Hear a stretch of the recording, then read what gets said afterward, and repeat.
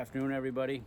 A couple weekends ago, I decided I'd come out and do some sawing. So, come out on the old LT40 hydraulic. This is a model made by Woodmizer. Very good machine. I've had it for about 10 years now. Things are starting to go bad on it. Turns out I ran into a bit of an issue. As you can see, my power's on. My carriage is in position. However, I don't have any hydraulic function. No log lifter, no turner, no nothing. So I'll take you through my troubleshooting that I went through, and hopefully we can fix this thing. I think we can. Before we go any further in this and we start breaking into things, I think it's very important that you go and grab your manual and take a look at it. If you haven't opened it up and looked at it, then now's a great time. Get familiar with it. There's a lot of good information in there. Woodmizer manuals are excellent manuals. There's no black magic. It's all very simple. There's a finite amount of things on this machine that can go wrong, and it's going to help you get to the bottom of it pretty quick. If you get stuck, and it does happen sometimes, you just get over your head. Woodmizer has a great network. You can call them up and they will point you in the right direction, what you need to do. You pay a lot of money for parts. You know, why not go and get the right information too? So with that, let's get into it. All right, cracked open the manual, brought it to the electrical information section.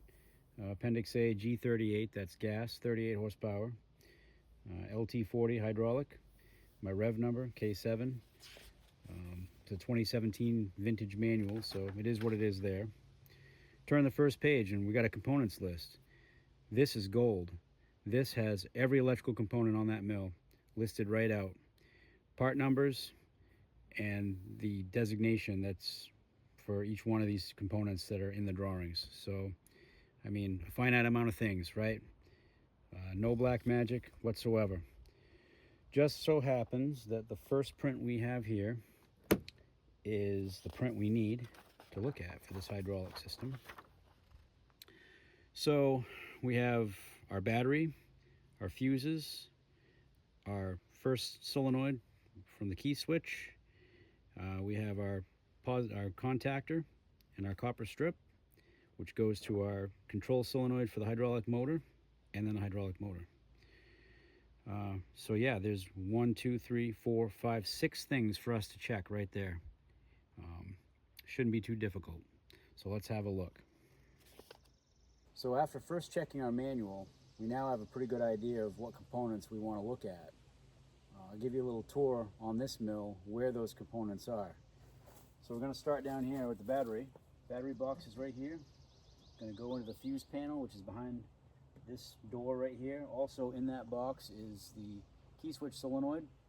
From there, it goes to the contactor for the copper strip that runs along the bed rail. That admits power to the hydraulic control box right here. My control solenoid is in there, and also the hydraulic motor for the pump is in there as well. So that's what we're going to have a look at. So the first stop is going to be our battery box. I'm going to go ahead and undo the thumb screws and try to expose the battery so I can give it a test.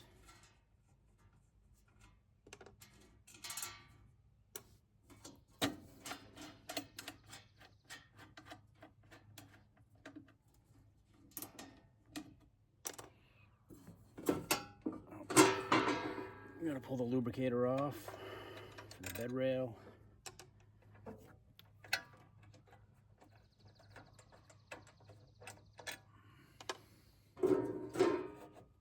Set that out of the way.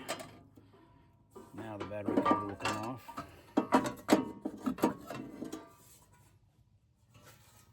I got my battery exposed. I'm going to go ahead and test it.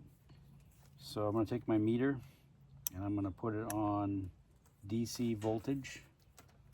See if I can't set that up for you guys to see. Put the backlight on. Black to negative, red to positive, and I've got a positive 12.26 volts. So the battery appears to be good. Next stop, we're going to go for the fuse panel. Right, so now we are opening up the fuse box, and in here you have your arrangement for what your fuses are inside the box here. They give you some spare fuses. Pretty nice little setup. Also point out, if you're going to crack into anything, you might want to make sure it's warning you right here to lift one of the terminals on the battery so you don't do any damage to anything. I'd also point out my key switch is off right now, so what I'm going to do for testing is not very invasive. So I'm just going to go ahead and plop the meter on here. I'm going to go ahead and put it on the continuity feature so that I can just get a tone if I've got good contact. So we'll test the bottom fuse first. That tests good. And we'll do the top one. That's good too. Fuses are good. So the next stop in the system here is the solenoid. However, there's a few other easy things to test before we start cracking into that. So before we start undoing everything and having to lift a terminal and all that stuff, let's check the bed rail and let's check a few other connections and make sure we don't have something a little bit more simple that could be going wrong here. So yeah, pick the easy stuff first. Don't just dive right into the most complicated thing. That's just the good practice for troubleshooting. Okay, so we just skipped over the testing of the solenoid just due to the complexity. I'm going to go after some more simple stuff. Let's test the contact between the contactor on the carriage and the copper strip that's mounted on the bed rail. For one, your contactor's under spring tension and it moves good. It's not seized up there. Looks like there's a good even wear pattern on the copper too.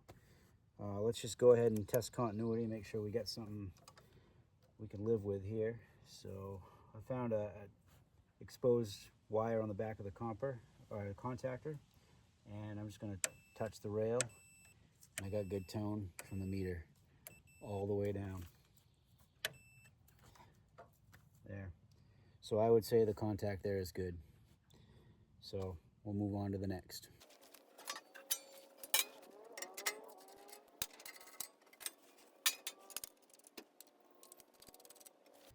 All right, so this is the inside of the hydraulic control box. I mean, obviously I got my hydraulic valve block here with all my hydraulic lines. It's powered by the pump, the filter from the pump, but we're going electrical. So the electricity comes in from the bed rail right here, goes to the solenoid, from the solenoid to the motor. From the motor, it goes from here, bonded to the frame right here. That's ground. And I'm checking for tightness on all these connections. You want to make sure they're all tight. Loose wire can burn you. Make sure they're not cut. They all look good to me. Let's see what's going on here. Okay, good deal. All right. My micro switch. Everything looks good. I don't have all the equipment to test the motor, so we're just going to stick with the solenoid for now. While we're here inside the box, I'm going to go ahead and test this solenoid ahead of that one, the one we just went by, because this one's just easier to get to. We want to do the easy stuff first. I'll go through the testing procedure with you. It's like a 3-step testing procedure. Yeah, let's check it out. In order to troubleshoot this, I have to pull all the wires off, and we'll run through a little testing procedure. I'll show you that shortly, and hopefully we can diagnose it pretty quick. So to start off, a 3/8, we'll release the small posts. Now these posts here power the coil, basically control power, and that power is admitted to the solenoid through the micro switch that's down on the lower half of the valve block. So every time you push one of those buttons or pull one of these levers, It sends the control power up to these posts, and it energizes the coil, which slides the solenoid. So let's pull these off. A little corroded. If you got a real short memory like me, make sure you take a picture of this before you pull anything apart. It can really pay dividends when you're trying to put it back together. Short wire, awkward place. Fat fingers too. Come on, baby.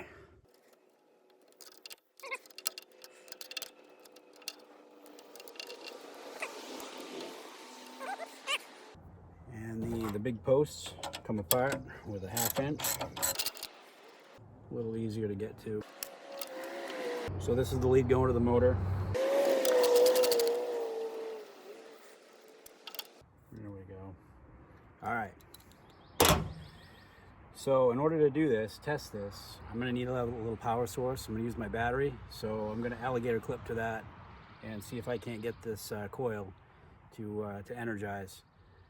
That's the first half of the testing procedure. In order to do that, I'm going to bring my carriage closer to me, which put my battery box like right in front, and then I can kind of chain off from that. So yeah, stay tuned. All right, from this point, like I said, I'm going to bring my carriage a little closer. So I'll turn the key on, just the power accessory drive, and I'll bump it back.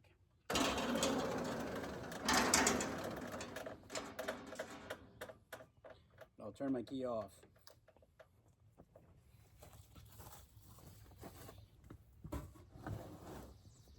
Okay, now that we have our battery close by, I'll take an alligator clip and I'll clip it on the negative and pass that through, and then I'll find a place on the post here for the positive. Push that through, make sure they don't touch.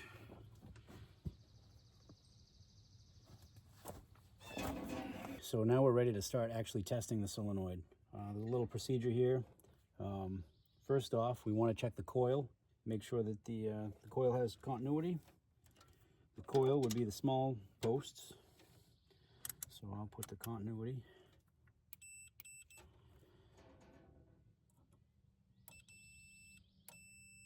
All right, sounds like we have an intact coil, so that's good. We'll turn that off, move this out of the way. Now these alligator clips, the other end are hooked to the negative and the positive on the battery directly. So now I'm going to test the action of this solenoid by energizing the coil that I just found out is good. So one side. As soon as I touch this to that post, you should hear a clunking sound, and that's basically the solenoid actuating and admitting power to these posts here, or admitting power through these posts. So here we go. Yep. Sounds like a good coil and a good action. So I left that hooked up. So right now we should have continuity between these two posts here. So let's get this back.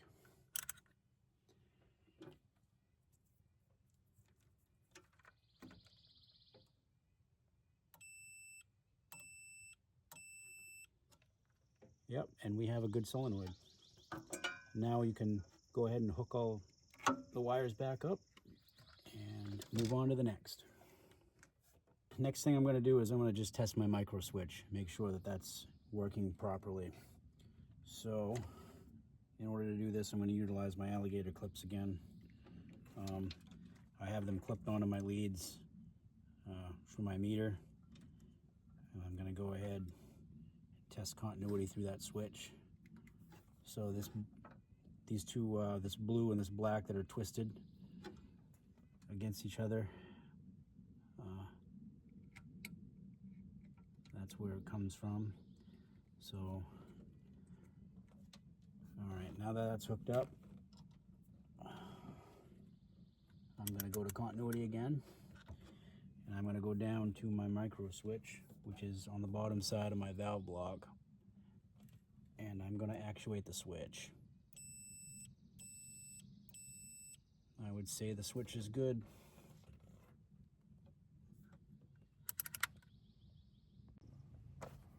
All right, for those wise guys out there that probably picked up on the fact that I did skip over a test that we could have done on this solenoid early on. When we first got to it, this would be the first solenoid, one that operates from the key switch. That wasn't the point of this video. The point of this video was to, yes, diagnose the problem, but I also wanted to take you through the whole troubleshooting of it. Right from opening the manual to finding the components on the machine, to testing the components on the machine, and really showing that there's no secret to a lot of what's going on here. You got to see me test the other solenoids, so you got a full testing procedure right there on how to test one of these solenoids. However, I'll show you the test that I did skip that would have been a pretty good indication that this solenoid right here was bad from the get-go. All right, so commence testing with the on the first solenoid. I'm going to go ahead and take my meter and put it on DC voltage. My key switch is on right now, so there should be power admitted to the coil on this solenoid, and there should be power to the to at least one of these terminals from the battery. So let's just go ahead and see if we can't find a voltage differential here. Yeah, I've got these switched, so just for good measure, just for the camera. Black to black, so I don't get a negative number. Red to red. 12 volts. So I'm getting full 12 volts that wants to go through this solenoid. Now, the solenoid should be active right now. I didn't hear it make a noise or a clink when I turned the key, but we can prove whether or not that coil is bad right now just by measuring voltage differential. So I've got 12 volts on the little post here and no difference there. So let's just go post to post. Yeah, so we've got 12 volts difference there, which leads me to believe the coil is toast. It's bad. So the solenoid, it's got to be changed out. But that's a simple test right there that could have indicated early on whether or not I had a bad solenoid, but that wouldn't make for a very good video now, would it? If I had diagnosed the whole problem and I wanted to teach you the whole system. So it is what it is. Don't hate me. Hope you learned something. All right, so let's start changing this solenoid out. As the cover said, I'm going to go ahead and lift the negative terminal off the battery.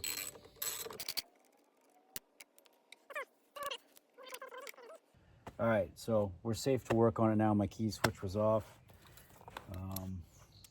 Let's get after it. And again, get a picture of it if you need to.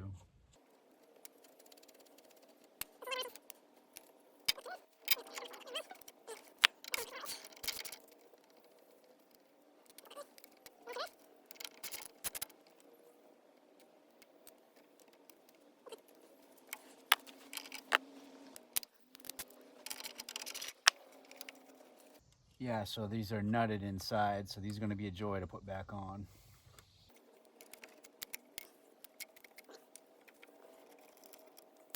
All right, I couldn't quite grab those, so make sure when you pull it out, you don't fling the washer and the nut everywhere. There we go. Okay, I see how you are.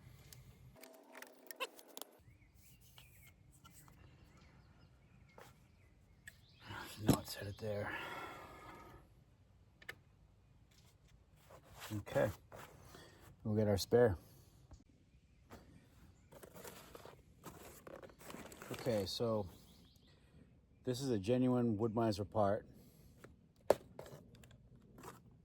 Cost me about 80 bucks and about $20 to get it here. So let's just make sure it's the right one. Yep, looks good.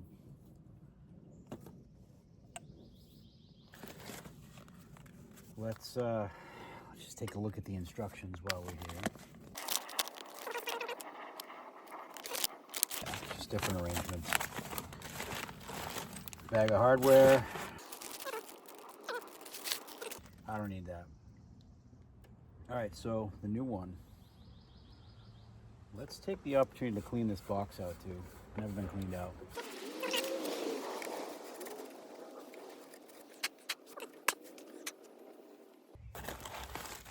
All right, let's put this new one in.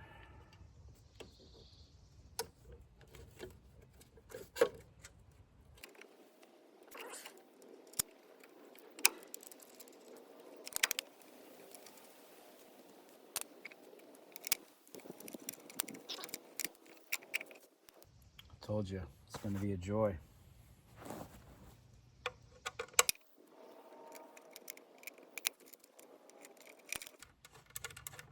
Gotcha. All right, 7/16.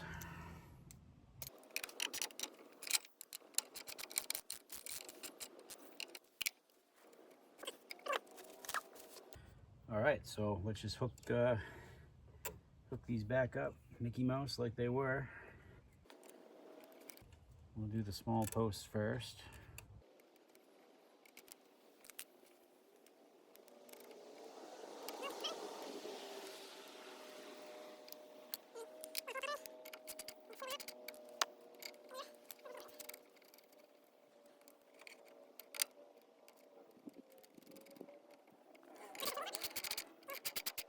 Good. And then we can put our battery terminals back on.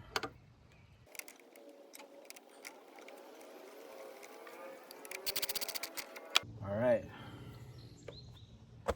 We're all hooked up. Let's test it out. So, I'm not sure if you guys can hear it, but I'm going to turn my key to the left for my accessory, and you should hear the solenoid that we just replaced, the coil energized. You should hear it click.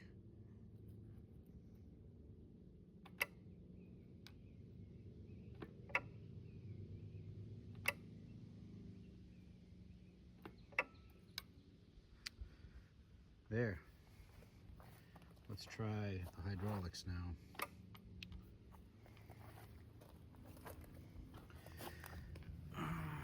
Let's see. That log turner's been bugging me. It's been poking up. So that's right here. There. Contact.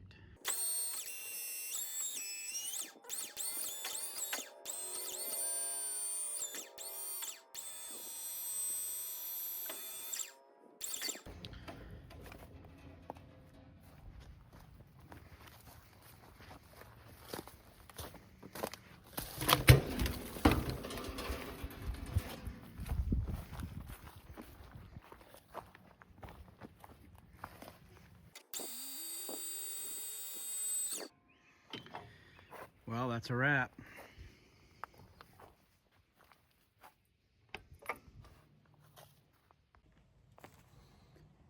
Okay, so before I wrap this up, I thought I'd just buzz over this with a meter, show you really what this is supposed to look like. So I've got my key switch on right now, so this coil is energized right now, and the solenoid is active. Let's call it the primary solenoid. It's admitting power to the other solenoid, so I could actually function the hydraulics right now if I wanted to move the switches over there, or the valve handles. So go ahead and put my negative to negative, touch my small post for the positive. I got 12-volt differentials there. There is some voltage going out the back, which is better than before. So just so you know, I got 1.9 volts DC. and because the solenoid is energized right now, I should have power on both sides of these posts because the contactor inside has moved. It's making contact now, so, and emitting power to the machine. So I should have 12 here going in like we measured before, and 12 here on the outside. These meters measure voltage differential, so if I were to hold on both of these studs, I'm going to get 0. But there is power going in there, so in order to read it, you've got to find a negative or a ground, and it'll tell you. Just so you average person can understand that you could be reading a meter wrong and could get yourself hurt. Luckily, this is only 12 volts, but if it's 120 in the house or more, that could be disastrous. So keep that in mind. Know your machines, know your equipment. All right, I'm going to pack this up and call it a day. Well, thanks for watching today. I hope you learned something.